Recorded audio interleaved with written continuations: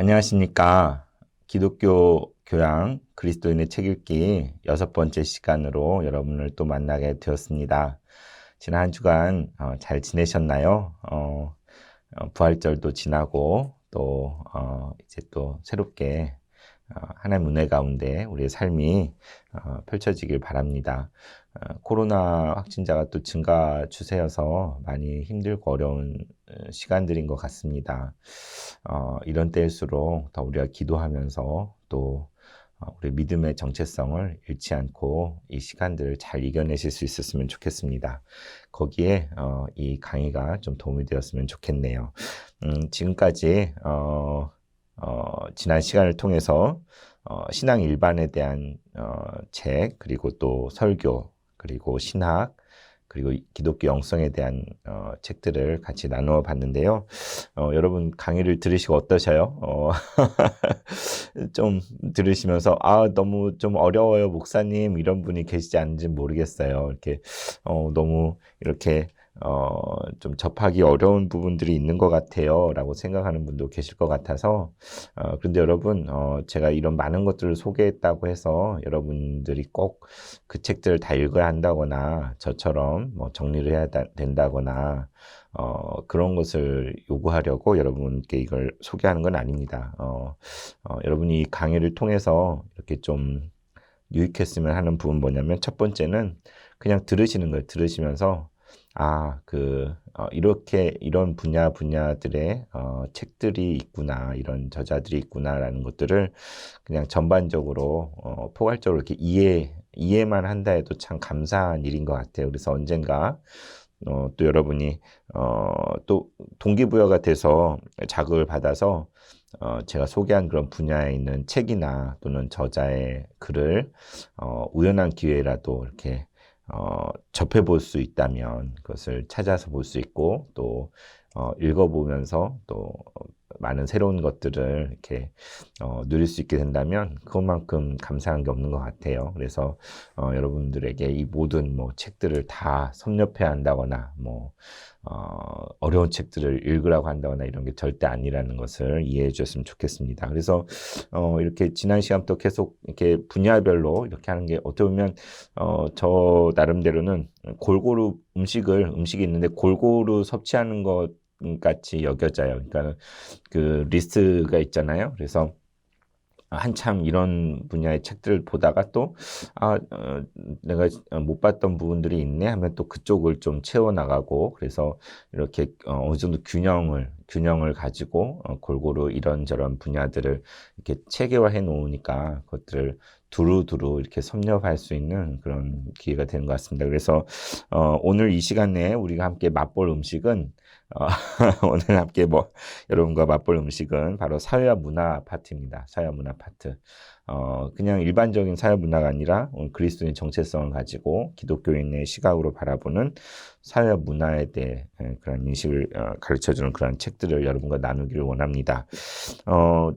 이미 뭐 제가 다른 기회에 말씀드린 적도 있지만 저는 대학에서 사회학을 전공했거든요. 그래서 사회학 이렇게 들어보신 분도 있고 아는 분도 계실지 모르겠는데 사회학은 이 세상에 문제가 있다, 뭔가 잘못되어져 있다라는 그런 문제의식 속에서 태동한 학문이에요. 그래서 그 세상의 문제들을 들여다보면서 여러 관계들과 맥락들을 들여다보면서 그 속에서 어떤 법칙, 그러니까 이 문제들을 이해하는 틀, 그리고 또 그것을 해결할 수 있는 어떤 방법, 과학적인 방법을 도출하고자 시작된 게 사회학이라는 학문이지요. 그래서 뭐 5만 가지 다 그냥 사람이 2명 이상 모이면 그게 사회잖아요. 그래서 모든 분야의 이 사회라는 잣대를 이렇게 들이댈 수 있을 것 같습니다. 그래서 이 사회학을 제가 전공하게 됐는데, 그런데 이제 이 세상에 대해서 문제 의식을 가지고 그것들을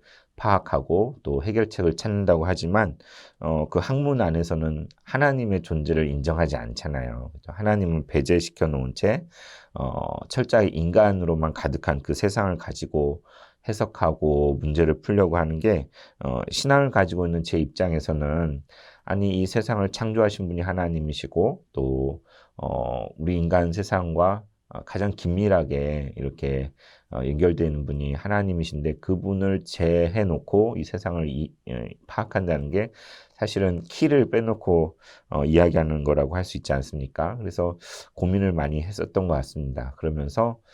그러면서도 또 학문의 세계에서 우리 신앙을 표현한다는 게 쉽지 않잖아요. 그래서 그런 고민 가운데 기독교 사회학이라는 것을 이제 찾아보게 된 거죠. 그래서 처음 만났던 책이 리차드 퍼킨즈의 기독교와 사회학 그 양자의 고찰. 제목 자체가 제가 고민하는 주제잖아요. 기독교 그리고 사회학이라는, 그러니까 이분도 기독교 사회학자인데 그 양자를 고찰하는 가운데 이렇게 서로 수렴하고 또 가운데 그것들을 이해할 수 있는 방법들을 이렇게 제시하는 그런 책이거든요. 그래서 이런 책을 찾아보게 되었고, 그리고 또 기독교 사역자는 누가 있을까 했을 때 자크 엘룰이라는 사람을 사역자를 이렇게 알게 됐어요. 자크 엘 프랑스 기독교 사역자인데 이제 표를 한번 보시면, 그래서 여기 1번부터 15번까지 자크 엘룰, 요새는 자크 엘윌이라고 그러는데 자크 엘룰의 책들을 제가 그 1990년대 이렇게 대학생 할 때 많이 읽었던 것들을 이렇게 보게 되시고, 또 그 이후에도 이렇게 접할 수 있는 기회가 있을 때 자크 엘룰의 책들을 제가 본 것을 보게 되시는 것 같아요. 그죠?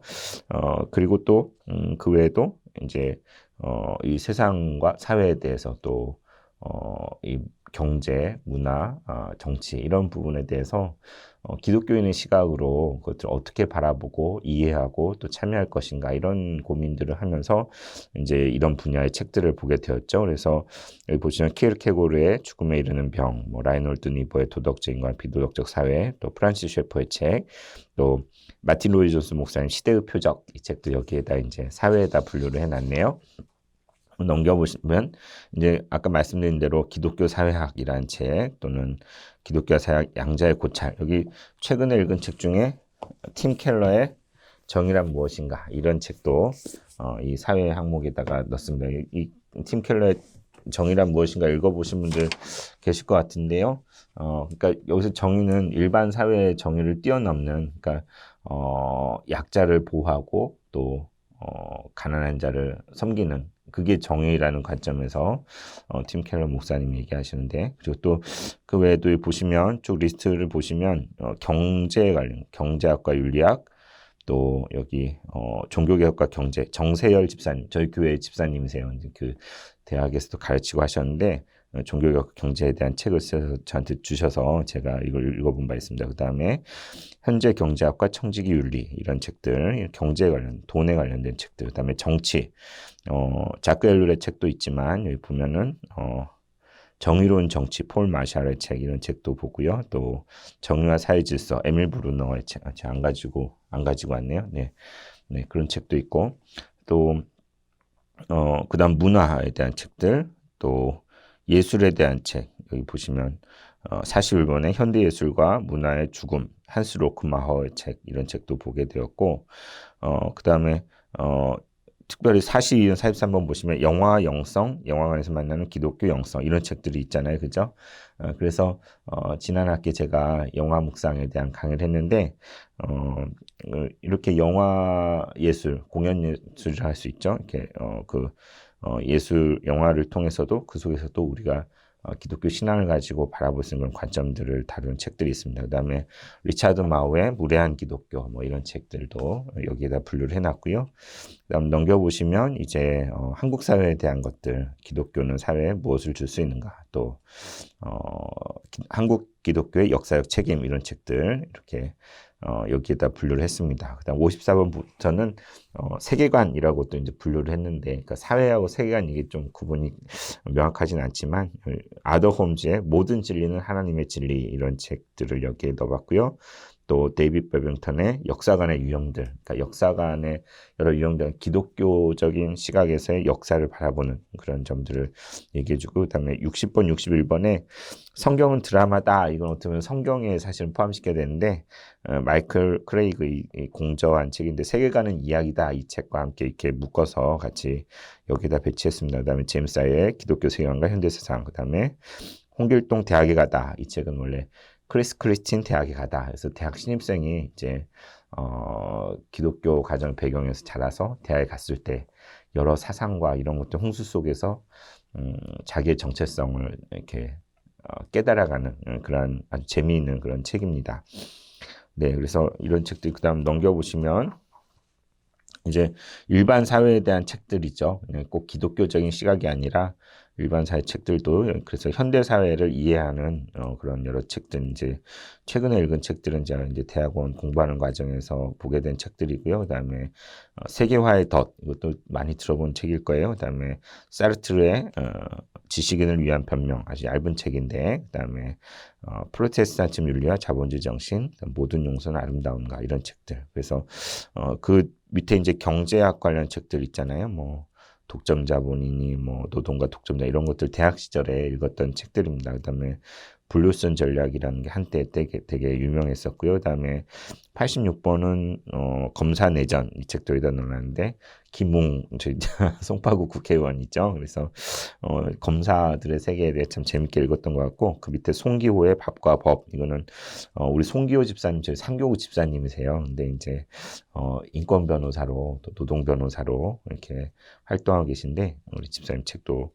보게 됐고요. 또 뭐 국화와 칼이나 또 오래된 미래 이런 책들은 아주 유명한 일반 서적 중에서도 유명한 그런 책들이라고 할 수 있죠. 이와 같이 사회 문화에 관련된 책들을 좀 여기에다 정리해 봤는데 오늘 소개할 분은 바로 자크 엘릴입니다. 자크 엘릴. 1912년부터 1994년까지 사셨고요. 프랑스 사람이에요. 그래서 주로 이제 영미권 분들을 많이 소개했는데 프랑스 사람. 네.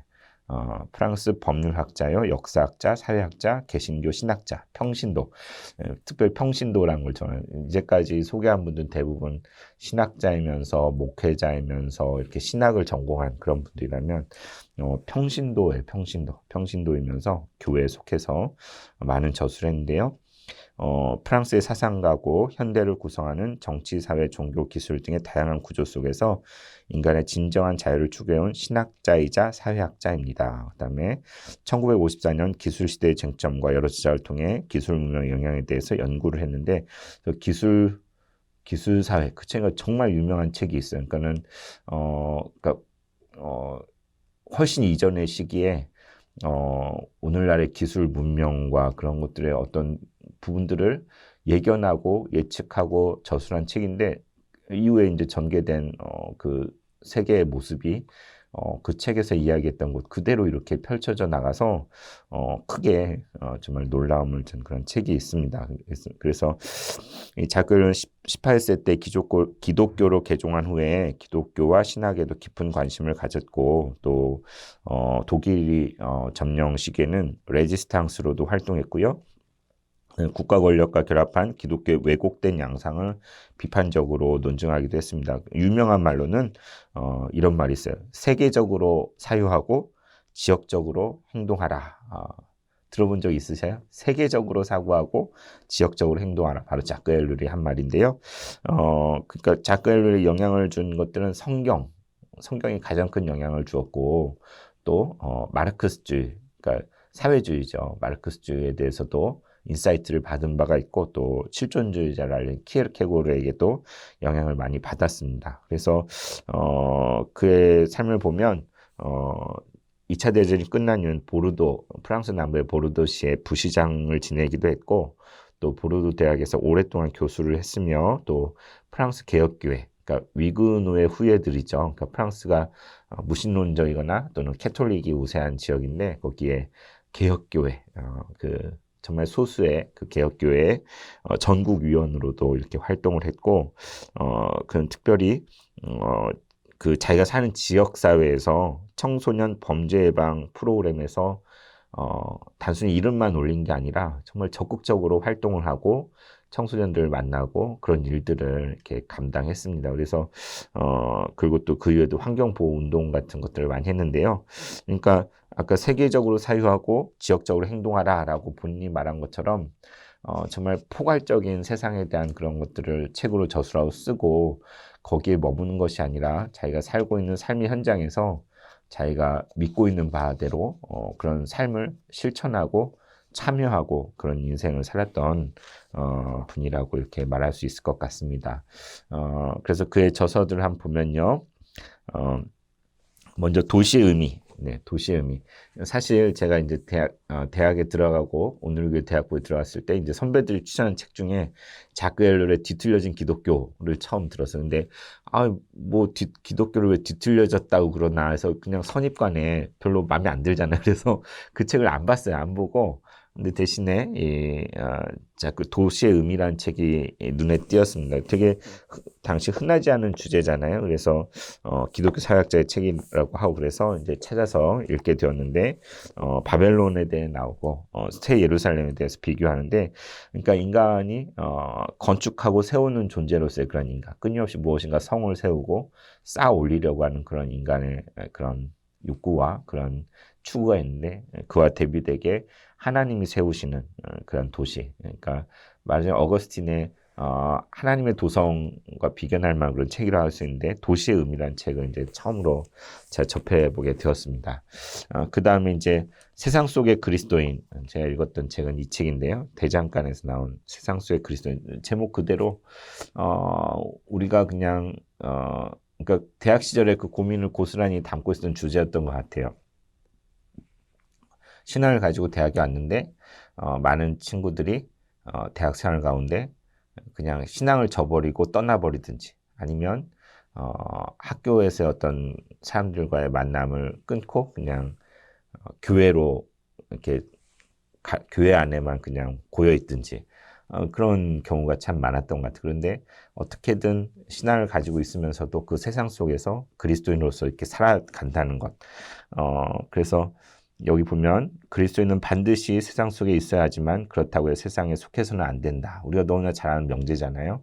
그래서 그 주제에 대해 다루고 있는 책이 바로 세상 속의 그리스도인입니다. 한번 일독하셔도 좋을 것 같아요. 그 다음에 때를 얻든지 못 얻든지, 제가 작년 초에 시리즈 설교할 때 제목으로도 삼았던 건데요. 자크 앨런의 책에서 In Season, Out of Season.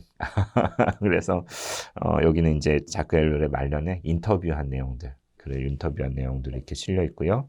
그다음에 여기 두 권의 책, 자유, 사랑, 능력에 대하여 하고 부와 가난에 대한, 이 책들은 재작년에 읽은 책들이에요. 근데 이제 이 주제들에 대해서 자크 앨런의 어떤 사상을 표현한 글들이 묶여져 있는 모음집이라고 할 수 있습니다. 그래서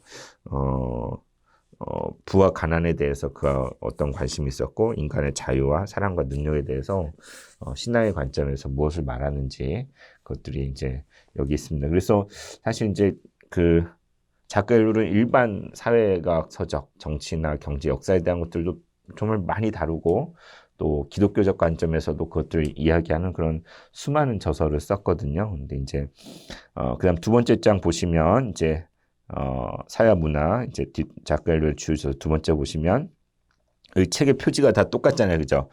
제가 읽었던 책들은 이제 다 다른데, 여기 그러니까 자크 앨런 번역위원회라는 게 결성이 됐어요, 우리나라에서. 그래서 거기에서 자크 앨런 모든 저작들을 막 이렇게 번역해서 이렇게 시리즈로 책들을 내서 표지에 다 이렇게 자크 앨런 해가지고 똑같은데, 원래 이제 뒤틀려진 기독교라는 책은 이렇게 생겼었습니다. 이렇게, 그러니까 역사적, 아까 그 기독교의 어떤 왜곡된 역사에 대해서 이렇게 비판적이었다라고 하는데, 말 그대로 여기 보면 십자가 이렇게 반드시 오다 막 갑자기 이렇게 막 지그재그로 바뀌죠. 그러니까 역사 속에서 참된 기독교의 본질을 잃어버리고 뒤틀려진 그런 모습들에 대해서 이렇게 밝히고 있는, 그래서 그런 책임내서 나중에야 제가 이제 이 책을 읽게 되는데, 그 다음에 여기 하나님의 정치, 인간의 정치. 자, 안 가지고 왔군요. 네. 하나님의 정치, 인간의 정치라는 책. 이제 하나님이 권력에 관해서, 하나님이 다스리는 정치, 또 인간들이 하는 그런 정치. 그 다음에 하나님이냐 돈이냐, 옛날에 이렇게 생겼는데, 네, 하나님이냐 아니면 돈이냐, 만몬과 동시에 섬길 수 없느니라 그런 말씀이 있잖아요, 것처럼. 그래서 보시면 뒤틀려진 기독교는 역사적 관점에서 기독교를 이야기한다면 하나님의 정치, 사람, 인간의 정치는 정치에 대해서 권위와 권력에 대한 것들, 하나님의 돈이라는 경제에 대한 부분들을 자크 엘룰이 다루는 책이라고 할 수 있겠죠. 그다음에 무정부와 기독교라는 책이 여기인데 아나키즘, 그러니까 무정부주의, 그러니까 어떻게 보면 그 엘룰은 자기를 기독교 아나키스트라고 이렇게 지칭할 정도로, 그러니까 기독교의 급진성을 이렇게 나타내 보여져. 그러니까는 뭐 허황한 걸 이야기하는 게 아니라 정말 예언자적 관점에서, 그러니까 이 세상의 어떤 제도와 체계와 이런 것들에 얽매이지 않는 기독교의 그런 급진성에 대해서도 이야기를 하고, 또 그다음에 폭력에 맞서라는 책인데 제가 읽었던 건 이 책이에요. 폭력 한자로 쓰여져 있는 이 책. 근데 이제 지금은 폭력에 맞서라는 책으로 나왔는데 폭력이란 주제에 대해서 분석을 하면서 기독교의 비폭력성에 대해서 이렇게 역설을 하고 있는 그런 책이 이 폭력에 맞서라는 책입니다. 네, 그 다음에 네, 네, 그 다음에 이제 세 번째 보시면 자유의 투쟁. 되게 두꺼운 책인데 인내심을 가지고 이 책도 다 읽었어요. 그래서 그 정말 그리스도인이 어떤 존재인지, 하나님이 주신 자유와 또 그것을 위해 싸워나가는 그런 존재로서의 자유의 투쟁이라는 책이 있고, 또 원함과 행함이라는 책이 또 있는데요. 참 이걸 보고 깨달았던 게 2009년 성금요일 날 아침에 이 책을 읽었네요. 그래서 윤리와 도덕이라는 것에 대해서 이렇게 그 잣대를 우리 각자가 이렇게 뭐 가지고 있잖아요. 그런데 진짜 옳고 그름, 그 윤리라는 것의 진정한 기준은 하나님. 하나님이 옳다 하시는 게 옳은 것이고 하나님이 아니라는 게 아닌 것인데, 우리는 자꾸 우리 생각을 가지고 우리가 선악을 이렇게 분별하려고 하지 않습니까? 근데 그런 시각을 조정해주는 그런 책이 원함과 행함이라는 책이었고, 또 서구의 배반이라는 책도 역시 서구 기독교 세계가 어떻게 본질을 잃어버리고 이렇게 배반의 역사로 흘러갔는지 그런 것을 비판하는 그런 책이 서구의 배반이라는 책입니다. 그 다음에 이제 기도와 현대인이란, 기도에 대해서도 이렇게 어떻게 보면 현대인은 기도가 필요 없을 것 같잖아요. 이렇게 그냥 자기 이성으로 이렇게 다 된다고 하는 것 같지만, 그러나 오늘 현대인에게 있어서 기도가 어떤 의미가 있는지에 대해서 다루고 있는 책이 있고요. 그 다음에 이제 박건택이 쓴 자크 엘릴의 생애와 사상이라는 책이 있는데, 이 책을 한번 만약에 보시면 자크 엘릴에 대해서 여러분이 더 잘 이해할 수 있는 그런 책이라고 여겨집니다. 네, 그래서 그 자크 엘릴에 대한 평가를 찾아봤는데 이렇게 말할 수 있는 것 같아요. 자크 엘릴에 대한 수많은 수식어가 있습니다. 하나님의 사람이었다. 미스터 프로테스탄트다.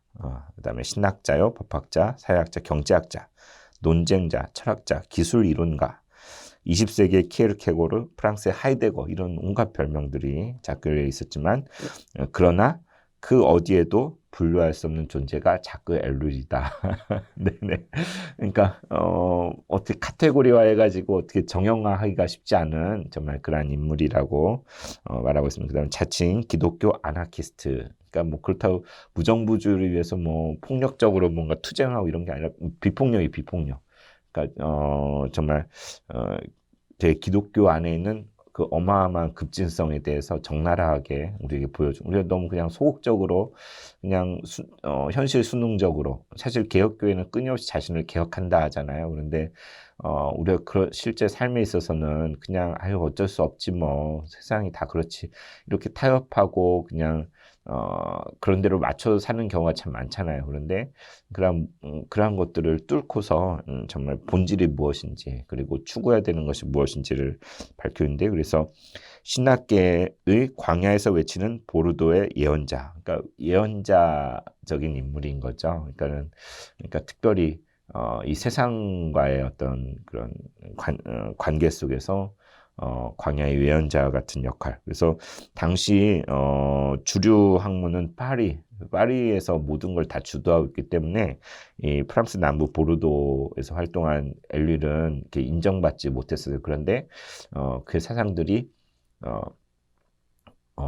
영미권에 미국과 이렇게 이런 이쪽에 이제 알려지면서 엄청나게 이제 큰 반향과 영향을 미치게 되면서 이제 그 이후에 이제 재평가가 되고 새롭게 이제 엘룰의 사상들을 알게 됐는데 저는 이제 자꾸 엘룰 제가 작년에 이제 설교 엘룰을 잠깐 얘기했더니 한 목사님이 설교 때 자꾸 엘룰을 말하는 사람은 처음 봤다고 그런데 참 그러니까 그 대학 시절에 기독교 신앙을 가지고서도 그것을 학문의 세계에서 이렇게 통할 수 있구나라는 것을 인정받을 수 있구나라는 것을 느꼈던 것 같아요. 신앙을 견지하고서도 그것을 부인하지 않고 사회학을 이렇게 추구할 수 있겠구나라는 걸 깨달았던 것 같고 그걸 한마디로 표현한 게 세상 속의 그리스도인이라는 그 타이틀 안에 포함할 수 있는 것 같아요. 그러니까 사회와 문화라는 것을 우리가 공부하고 책을 읽고 또 깨닫고 배우는 것은 이 세상 속에서 그리스도인으로 산다는 것에 대해서 보다 포괄적으로 이해하고 또 진짜로 그 안에 살아내는 것을 하는데 큰 도움을 주는 그런 분야라고 여겨집니다. 그 외에 사회와 문화 도서들 이미 아까 리스트에서도 보여져 있던 제가 좀 여러분께 이제 소개하고 싶은 책이 기독교 세계관과 현대 사상 제임스 사이어의 책인데요. 참 고전이에요, 고전. 그것도 기독교 세계관에 대해서 소개하는 그런 고전 같은 책이고, 그다음에 라이놀드 니버의 도덕적 인간과 비도덕적 사회 이 책도 제가 뭐 설교 때마다 얘기한 적도 있는데 대학생 때 읽었어요. 읽고는 얼마나 감명을 받았는지. 라이놀드 니버는 후에 이분 역시 사회학자요, 목사요, 또 미국의 국무부 장관까지 했거든요. 그런데 이제 그런 말 했대요. 이렇게 용감하게 악을 행하라. 브레이브 이블 용감하게 악을 그러니까 이게 무슨 소리냐? 악을 행하라니까는 그러니까 죄성에 대해 그러니까 이 땅에서 우리가 행하는 모든 것들은 결코 선할 수 없고 모두 다 악한 것인데 그 어, 그 근사치, 그러니까 선의 근사치를 향해 나아가는 이제 그런 것들 이야기하면서 그러니까 차라리 네가 뭘 해도 다 악인데 용감하게 악을 행할 그 악하게 살라 그 얘기는 아니에요. 이제 그런 얘기를 했다는데 저는 이 도덕적 인간과 비도덕적 사회를 읽으면서 정말 큰 통찰을 얻었어요. 이렇게 다른 사람들은 이제 이게 뭘 말하나 모를 수도 있을 것 같은데 저 같은 경우는 인간이 아무리 개인 스스로는 도덕적으로 깨끗하게 살려고 몸부림을 쳐도 두 사람 이상이 사는 사회 안에서 속해 있는 한 죄인일 수밖에 없다. 내가 그런 의도가 없어도 그러니까 가령 그러니까 상대적인 거잖아요. 그러니까 우리나라를 위해서 막 이렇게 애쓰는 게 다른 나라에는 해가 될 수도 있고.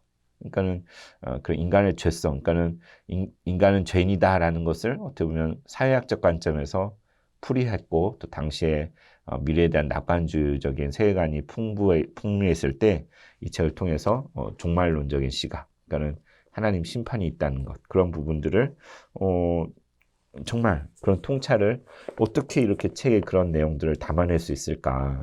그래서 이 제목 자체가 도덕적 인간과 비도덕적 사회 이 안에 성경적인 메시지가 이렇게 포함되어 있는 것 같아요. 그래서 형인 라이놀드 니버는 도덕적 인간과 비도덕적 사회를 썼다면 동생인 리차드 니버는 그리스도와 문화라는 책을 썼어요. 그러니까 어떻게 보면 형제가 다 이제 신학자이고 아주 의미 있는 책을 썼는데 이제 형은 어떻게 보면 좀 더 현실 타협적인 그러니까 현실을 인정하고 들어가는 그런 차원에서 입장이라면 동생은 보다 이렇게 그 신앙의 어떤 그 섹터 그러니까 더 순수함을 고수하는 그런 입장인데 그리스도와 문화란 책은 그리스도와 문화의 관계를 그러니까 기독교와 문화의 관계를 5가지 맥락에서 뭐 문화 위의 기독교 또 문화 속의 문화와 동일한 기독교 또 문화와 갈등한 역설적 관계의 기독교 또는 뭐 대립하는 기독교 그다음에 변혁자 그리스도 문화의 변혁자 그리고 마지막 그 차원이 그러니까 유형론으로 5개 유형으로 이렇게 소개를 하는데 그 중에 리차드 니버가 이렇게 제시하는 거는 문화의 변혁자로서의 그리스도 그러니까 우리의 삶이라는 게 문화와 갈등 관계도 있고 역설도 있고 또 거기에 참여하기도 하고 순응하기도 하지만 결국에는 이 타락한 문화를 변혁시키는 존재로서 우리가 세상과 관계를 맺어가야 된다라는 것을 이야기하는 리차드 니버의 그리스도와 문화입니다. 한번 읽어보셔도 좋을 것 같아요. 그 다음에 프로테스탄tism 윤리와 자본주의 정신, 막스 베버의 책인데 이 책은 좀 어려울 수도 있지만 크리스찬이 아니에요. 그런데 그 부모가 프로테스탄트였고 이제 이 세상 자본주의라는 게 어디서 왔을까라는 것을 고민할 때 이게 종교개혁 이후에 프로테스탄티즘의 그 윤리로부터 이렇게 잉여라는 것에 대해서 또 재투자라는 것에 대해서 그런 의식들이 뿌리내린 게 아닌가 이런 것들을 분석한 아주 탁월한 책입니다. 그래서 그러니까 이 세상에 되어진 것들 조형되고 이루어진 것이 그 근본에 이게 기독교 신앙이 어떻게 작동을 했는지. 그런데 이제 그게 꼭 그 이후에 올바른 방향으로만 간 건 아니잖아요. 그런데 이제 그런 부분을 예리하게 분석해낸 그런 책이고요. 또 죽음에 이르는 병, 키르케고르의 책이죠. 많이 들어보셨을 거예요. 죽음에 이르는 병이 뭐죠? 절망이라고 이제 이야기하잖아요. 그래서 실존주의 철학을 이야기하는데 이 책도 여기 썼고요. 하비콕스의 세속도시, 이분도 사회학자로 유명한 분인데 세속도시라는 책을 썼습니다. 여기 보면은 이 속에서 이제 기독교적인 시각을 우리가 교회에 대해서 이야기하거든요. 사회 변혁에 대한 것도 이야기하고 그래서 오늘날 세상이 세속화된 시대에 우리가 살아가고 있잖아요. 그런데 그 의미들을 또 고찰해주는 그런 책들을 할 수 있습니다. 그래서 이와 같이 사회와 문화에 관련된 것들을 기독교적 관점으로 이 세상을 우리가 읽을 필요성을 제가 이야기했는데 왜 그래야 되는가 또 이걸 통해서 우리가 배워야 될 것들은 무엇이 있을까라고 적어봤을 때 먼저 이 세상, 이 세계에 대해서 우리가 통찰을 얻을 수가 있는 것 같아요. 그냥 이제 신앙서적이나 이런 설교나 이런 데서는 또 다른 차원에서 이 세계에 대한 인식, 예언자적인 통찰을 얻을 수 있고 또 기독교적인 세계관, 기독교적인 가치관이 무엇인지, 올바른 가치관이 무엇인지 그런 것들을 형성하는 데 도움을 주고요. 또 우리를 둘러싸고 있는 정치, 또 경제, 사회, 문화에 대해서 포괄적으로 이해하는데 이렇게 지평을 넓혀줄 수 있습니다. 여러분도 뭐 정치적인 성향이 있고 경제에 대해서도 나름대로 관점이 있고 또 세상에 대해서 이러저러하게 생각하는 게 있잖아요. 그게 정말 신앙 안에서 잘 정제되어지고 바람직한 방식으로 우리가 이해하고 있는가 질문을 할 수 있잖아요. 그랬을 때 말씀 안에서 이 세상을 바라보는 인식하는 그런 바람직한 길들을 우리가 이런 책들을 통해서 배울 수 있을 것 같고요. 또 현실의 문제와 괴리되지 않는 기독교, 그러니까 현실 외면적인 기독교가 아니라 현실과 조우하고 또 그 가운데서 살아있는 그런 기독교 신앙이 되어야 되지 않겠습니까?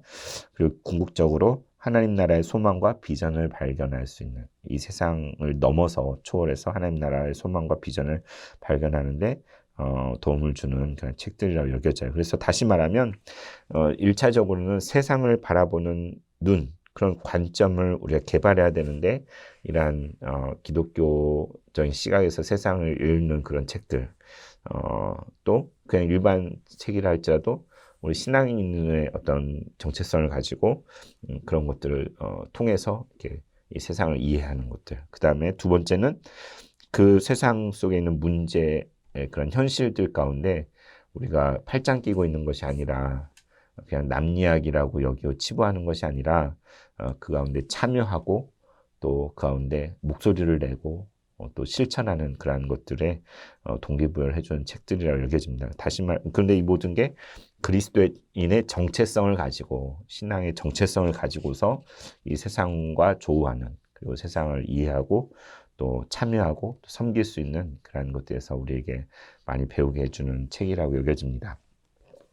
그래서 마지막으로 좀 접해봐야죠. 때를 얻든지 못 얻든지 아까 자크 엘룰의 책 그 인터뷰로 엮어져 있다고 말씀드렸잖아요. 여기 일부만 잠깐 읽어드리겠습니다. 이 책의 마지막 장은 Being Torn 이렇게 돼가지고 나의 생은 찢겨져 가고 이렇게 타이틀을 달아놨어요. 거의 끝부분인데 여기에서 몇 가지 두세 가지 질문과 그에 대한 작별로 답변을 여러분에게 읽어 드릴게요. 질문. 이제 모든 것을 요약할 시간이 되었다. 그러나 이 시간을 갖기 전에 나는 당신이 당신 생애에서 중대한 사건들, 즉 결정적인 순간들에 관하여 이야기를 해주었으면 한다. 답변. 나의 젊은 시절에 세 가지 중요한 사건들이 있었다. 첫째, 가난에 대한 발견이었다. 이것은 내가 이미 언급한 바 있다. 나는 1929년도 어느 날 밤에 그 공포를 잊을 수 없다. 나의 부친은 실직하였고 또한 우리 집엔 더 이상의 돈이 없었다. 나는 그 당시 청소년의 단계에서 장년의 단계로 성장하는 시기였다. 두 번째 중요한 사건은 나의 회심, 매우 깜짝 놀랄 만한 회심인데 이것에 대하여 언급하고 싶지 않다. 나는 이 완전한 전향에 관하여 역사적인 기록을 제시할 수도 있다. 사실 나는 이미 이 사건에 대하여 기록해 두었다. 그러나 이 기록은 내가 죽은 후에 출판될 것이다. 어쨌든 몇 년 동안 계속되었던 영적인 고민으로부터 도피하려는 이 소망 없는 시도가 이 돌변적인 회심 이후에 뒤따라왔다. 이 내용은 요나의 심판이라는 책이 있습니다. 기록되어 있다. 질문. 신앙과 거부로 점철된 세월이었는가? 답변. 그렇다. 나는 성경이 나에게 말씀하신 것에 따라 살 수 없는 지식적인 무능력성과 하나님이 나에게 가라고 열어놓으신 길과 또한 하나님이 나에게 요청하신 섬김 안에서 시작할 수 없는 무능력성에 괴로워하였다. 세 번째 중요한 사건은 영적인 여행을 동행해 왔던 나의 아내를 만난 것이다. 그녀는 카톨릭 신자로서 양육을 받았으며 또한 신앙적인 회의를 전혀 이해해주지 못했던 어느 목회자의 비극적인 대답 이후에 기독교와 갑자기 절교하게 되었다. 이 시점부터 그녀는 모든 것을 의심하기 시작하였다. 내가 그녀를 만났을 때 그녀는 니체 철학에 심취하고 있었다. 그녀는 지상생활이라는 작품에 매료되었으며 또한 기독교적인 모든 것에 격렬하게 반발하였다. 나는 어느 누구에게 전도하는 것을 원하지 않는다고 그녀에게 말했음에도 불구하고 그녀가 회심하도록 도와준 것이 분명하다. 그녀는 성경과 만난 후에 기독교인이 되었지만 이것은 나의 전적인 영향을 통한 것은 아니었다. 내가 하나님의 계시 앞에서 몇 년 동안 저질러왔던 도주 행각을 중단하는 조처를 취할 수 있도록 나를 도와준 사람은 바로 내 아내였다. 내 아내와의 만남은 내 생애의 세 번째 중대 사건, 즉 결정적인 영적 사건과 맞먹을 만한 인간사의 결정적인 사건이었다. 이 사건들이 내 나이 16세에서 24세 사이에 일어났던 세 가지 중요한 사건들이다. 질문. 당신이 마르크시즘과 만남을 포함시키지 않았다는 것은 놀라운 일이다. 당신은 이 막시즘을 가난 문제와 연결시키는가? 답변. 물론이다. 그러나 나는 당신에게 실존적으로 중요한 문제와 관련된 요소들을 들려주려고 노력하고 있다. 막스는 나에게 지식적인 깨우침 그 자체였다. 나는 세계 내에 이해할 수 있는 이 빈곤 속에 사로잡혀 있을 때 그는 나로 하여금 세계를 설명해주는 개념들을 제공해 주었다. 그 이상은 아무것도 없었다. 내가 막스 안에서 느꼈던 실존적인 공허감은 기독교를 통하여 채워지게 되었다. 나의 기독교에 대한 관심은 막시즘의 관점에서 볼 때 부르주아적인 관심으로 이름 붙여질 수 있지만 사실상 이것은 막시즘의 극단적인 약함과 빈곤을 폭로하는 것이다. 질문. 당신은 찰나적인 직관을 통하여 이 사상 발전의 과정보다 앞서는 계시의 조명을 통하여 현재의 당신으로 성장하게 되었으며 또한 당신의 연구는 이런 방식, 즉 두 가지 양식 안에서 발전되어 왔다는 의미인가? 답변. 정확히 맞다. 나는 단어의 어원적인 의미를 시적으로 표현한 특성을 가지고 있다. 나는 찰나적인 직관을 얻은 다음 곰곰이 생각하고 논리적으로 생각하는 순서를 취한다. 질문. 당신은 이 직관들과 충돌해 본 적이 있는가? 답변. 나는 이 직관들로부터 도망치려고 노력하였으나 어떤 사건이 일어나고 있다는 그 사실 자체로부터 도망쳐 나올 수가 없었다. 내가 회심하였을 당시 내가 할 수 있는 모든 것은 하나님과 싸우는 것이었다. 그러나 나는 나의 인생 가운데서 내가 경험하였던 3시간 내지 4시간의 경험을 지워버릴 수 없었다. 이것들은 환영이나 환경의 결과가 결코 아니었다. 나는 참으로 이것들을 경험하였던 것이다. 마지막 질문입니다. 이것은 당신의 사상에 점진적인 발전이 존재하는 한 신뢰인가? 답변. 아니다. 나는 단지 풀기 어려운 여러 문제들과 직면했을 뿐이다. 나는 직관이나 혹은 이런 문제들의 충동을 통하여 발전되어 온 것이 사실이다. 사실상 나는 나의 기질과 정반대되는 삶을 살아온 것 같은 느낌을 받는다. 나는 천성적으로 믿을 수 없을 만큼 게으른 성격이었다. 또한 나는 야외에 나가서 자연을 즐기며 휴식하는 것을 좋아하였으나 점점 너무 바쁘고 너무 조직화되고 또한 일을 너무 많이 하는 사람이 되고 말았다. 이와 같이 나는 기질상 비극을 추구하는 인간이 결코 아니며 오히려 비극과 끊임없이 싸워온 성격의 소유자였다. 이 비극들은 외부로부터 임한 것이지 내가 결코 이것들을 추구한 것은 아니다. 나는 1940년에 해고당하는 것을 결코 원치 않았다. 이것은 엄청난 충격이었다. 또한 우리가 우리의 자녀들 중 하나를 잃게 되었을 때 이것은 또 다른 종류의 비극이었다. 그러나 나는 이 사건에 관하여 이야기하고 싶지 않다. 나는 내 전 생애를 통하여 어쩔 수 없이 여러 혼란들을 경험하였다. 내가 피하여 도망치다는 것은 불가능한 일이었다. 사실 이것들 중 한 가지는 나의 기질과 일치하였다는 것도 말해주고 싶다. 나는 결코 도망치는 것을 좋아하지 않는다. 정직하게 말해서 나는 어떤 환경으로부터든지 도망쳤거나 혹은 뒤로 후퇴했다고 생각하지 않는다.